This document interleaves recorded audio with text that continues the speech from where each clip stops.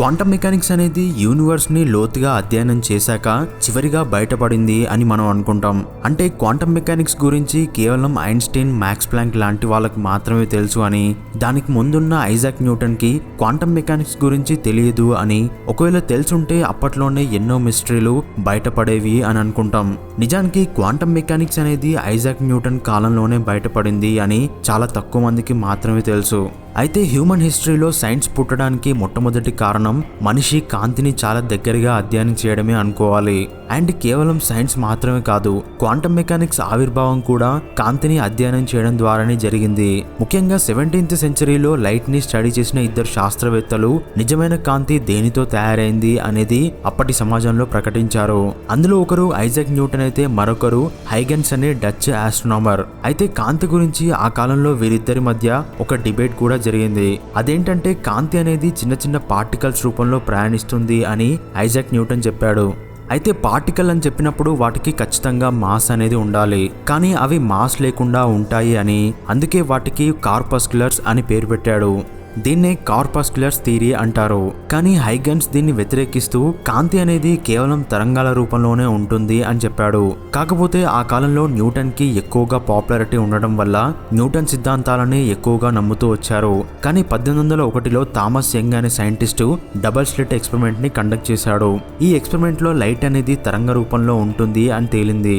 అప్పుడు అందరూ ఒక్కసారిగా హైగెన్స్ చెప్పిన సిద్ధాంతాన్ని నమ్మడం మొదలు పెట్టారు. నిజానికి వీళ్ళిద్దరి థియరీలు కరెక్టే అని చెప్పుకోవాలి. ఎందుకంటే లైట్ అనేది డ్యూయల్ నేచర్ ని కలిగి ఉంటుంది. అంటే లైట్ అనేది ఫోటాన్ అనే పార్టికల్ గా ఉంటూనే తరంగ రూపంలో బిహేవ్ చేస్తుంది. సో యూనివర్స్ లో ఇదొక పెద్ద మిస్టరీ అనుకోవచ్చు. ఆ తర్వాత క్వాంటమ్ మెకానిక్స్ కి ఆధారమైన ఆటమ్ ఎలా ఉంటుందో, అందులో నుండి లైట్ అనేది ఎలా విడుదలవుతుంది అనేది తర్వాత తరం శాస్త్రవేత్తలు తెలుసుకోవడానికి ప్రయత్నించారు. అందులో ముఖ్యంగా 19th సెంచరీలో ఎర్నెస్ట్ రూథర్ఫోర్డ్ అనే సైంటిస్టు గోల్డ్ ఫైల్ అనే ఎక్స్పెరిమెంట్ ని కండక్ట్ చేసి ఆటమ్ అనేది మన సౌర కుటుంబం ఎలా ఉంటుందో సరిగ్గా అలాగే ఉంటుంది అని చెప్పాడు.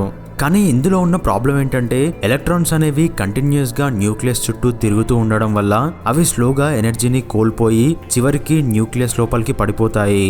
ఒకవేళ అలా జరిగితే అసలు ఆటమ్స్ అనేవి ఉండవు, అంటే యూనివర్స్ లో పదార్థం అనేది ఉండదు. కాబట్టి ఈ మోడల్ ని తర్వాత కాలంలో చాలా మంది రిజెక్ట్ చేశారు.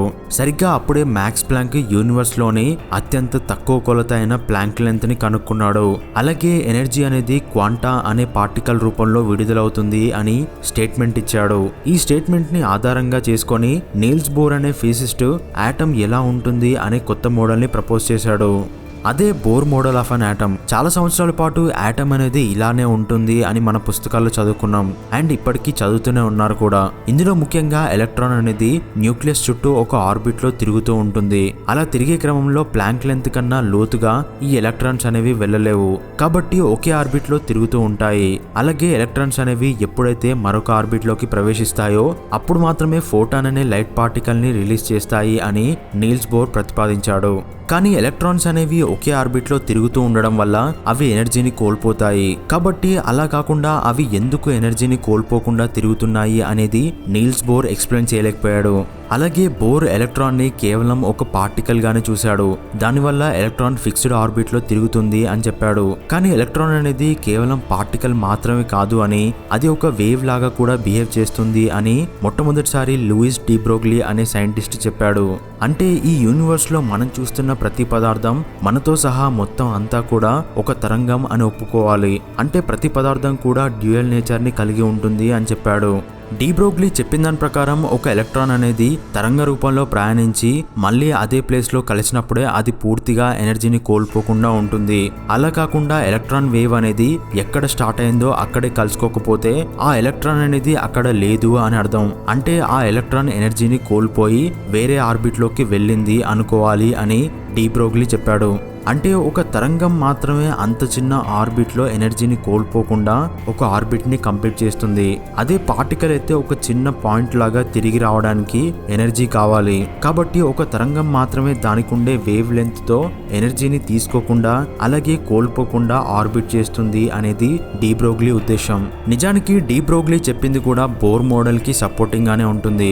కాకపోతే ఇక్కడ ఎలక్ట్రాన్ అనేది పార్టికల్ కి బదులు వేవ్ అని చెప్పడం జరిగింది. సో వీళ్ళిద్దరి తర్వాత ఎర్విన్ ష్రోడింగర్ అనే ఫిజిసిస్ట్ దీనికి సంబంధించి ఒక ఈక్వేషన్ ని కనిపెట్టాడు. అదే ష్రోడింగర్ ఈక్వేషన్. ఈ ఈక్వేషన్ ద్వారా ఆటమ్ అనేది 3 డైమెన్షన్లో నిజంగా ఎలా ఉంటుంది అని ప్రిడిక్ట్ చేశాడు. అందులో నిజానికి ఎలక్ట్రాన్స్ అనేవి న్యూక్లియస్ చుట్టూ ఒక క్లౌడ్ రూపంలో న్యూక్లియస్ ని కమ్ముకొని ఉంటాయి అని తెలిసింది. అంటే ఎలక్ట్రాన్స్ అనేవి ఒక ఫిక్స్డ్ పొజిషన్ లో ఉంటుంది అని మనం చెప్పలేం. అలాగే ఎలక్ట్రాన్ అటు పార్టికల్ గా ఉంటూనే వేవ్ నేచర్ ని కూడా చూపిస్తుంది. అండ్ ఇప్పుడు మనం చూస్తున్నదే నిజానికి అసలైన ఆటమ్ అనుకోవాలి. అయితే ఆటంలో న్యూక్లియస్ చుట్టూ పూర్తిగా ఎలక్ట్రాన్ క్లౌడ్తో కప్పబడి ఉంటుంది. అందులో న్యూక్లియస్ అనేది చాలా చిన్నగా ఉంటుంది. అది ఎంత చిన్నగా ఉంటుందంటే ఈ ఫుట్బాల్ అనేది న్యూక్లియస్ అనుకుంటే ఎలక్ట్రాన్ క్లౌడ్స్ అనేవి ఈ ఫుట్బాల్ కి 1 కిలోమీటర్ దూరం వరకు వ్యాపించి ఉంటాయి. అందులో ఎలక్ట్రాన్ ఎక్కడైనా ఉండొచ్చు. అండ్ అది ఎక్కడ ఉంటుంది అనేది అక్యురేట్ గా మనం చెప్పలేం. అంటే ష్రోడింగర్ ఈక్వేషన్ ని బట్టి ఎలక్ట్రాన్ ఒక ప్లేస్ లో ఉంటుంది అని హైయెస్ట్ ప్రాబబిలిటీతో మాత్రమే చెప్పగలిగారు, కానీ 100% ఒక ప్లేస్ లో ఉంటుంది అని మాత్రం చెప్పలేకపోయారు. అయితే ఎలక్ట్రాన్ క్లౌడ్ ని చూసి అక్కడ చాలా ఎలక్ట్రాన్స్ ఉంటాయి అని మనం అనుకుంటాం. నిజానికి ఒక ఆటమ్ కేవలం 9 ఎలక్ట్రాన్స్ ని మాత్రమే కలిగి ఉండే ఛాన్స్ ఉంది. అది కూడా ఫ్లోరైన్ అనే ఆటమ్ చుట్టూ 9 ఎలక్ట్రాన్స్ ఉంటాయి. అయితే కేవలం అంత తక్కువ ఎలక్ట్రాన్స్ ఉన్నా కూడా ఆటమ్ చుట్టూ ఇలాంటి ఎలక్ట్రాన్ క్లౌడ్ ఉండడం ఏంటి అని అనుకుంటాం. కానీ ఒక ఎలక్ట్రాన్ అనేది ఒకే టైంలో 2 వేరువేరు చోట్ల ఒకేసారి ఉండగలుగుతుంది. కాబట్టి ఒక ఆటమ్ చుట్టూ ఉండే ఎలక్ట్రాన్స్ అన్నీ కలిసి ఎన్ని చోట్ల ఉండగలుగుతుందో లెక్కగట్టి ఇలాంటి quantum mechanical model of an atom ని రూపొందించారు. దీన్ని బట్టి ఎలక్ట్రాన్ అనేది ఎంత మిస్టీరియస్ ఆబ్జెక్టో మీరే అర్థం చేసుకోవచ్చు. దీన్ని బట్టి చూస్తే యూనివర్స్ లో ఉండే ప్రతి పదార్థానికి నిజమైన అస్తిత్వం అనేది లేదు అని తెలుస్తుంది. కానీ మనం ఈ యూనివర్స్ ని ఎలా ఎక్స్పీరియన్స్ అవుతున్నాం అనేది బిగ్గెస్ట్ మిస్టరీ అనుకోవాలి.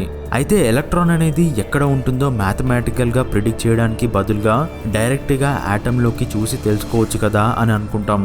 కానీ ఎలక్ట్రాన్ ని చూడాలి అంటే లైట్ ఫోటాన్స్ ని పంపించాలి. కానీ విజిబుల్ లైట్ అనేది ఎలక్ట్రాన్స్ గుండా ప్రయాణిస్తుంది, కానీ మళ్ళీ రిఫ్లెక్ట్ అవ్వదు. కాబట్టి ఎలక్ట్రాన్స్ ని మనం చూడలేం. అయితే నిజమైన ఆటమ్ ఎలా ఉంటుంది అనేది 2013లో ఫస్ట్ టైం ఫోటో తీశారు. ఆటమ్ ని మనం డైరెక్ట్ గా చూడలేం, అలాగే ఫోటో కూడా తీయలేం. కానీ కొన్ని వేల హైడ్రోజన్ ఆటమ్స్ ని లేజర్ టెక్నాలజీ ద్వారా ఎక్సైట్ చేయడం వల్ల ఫోటో తీయగలిగారు.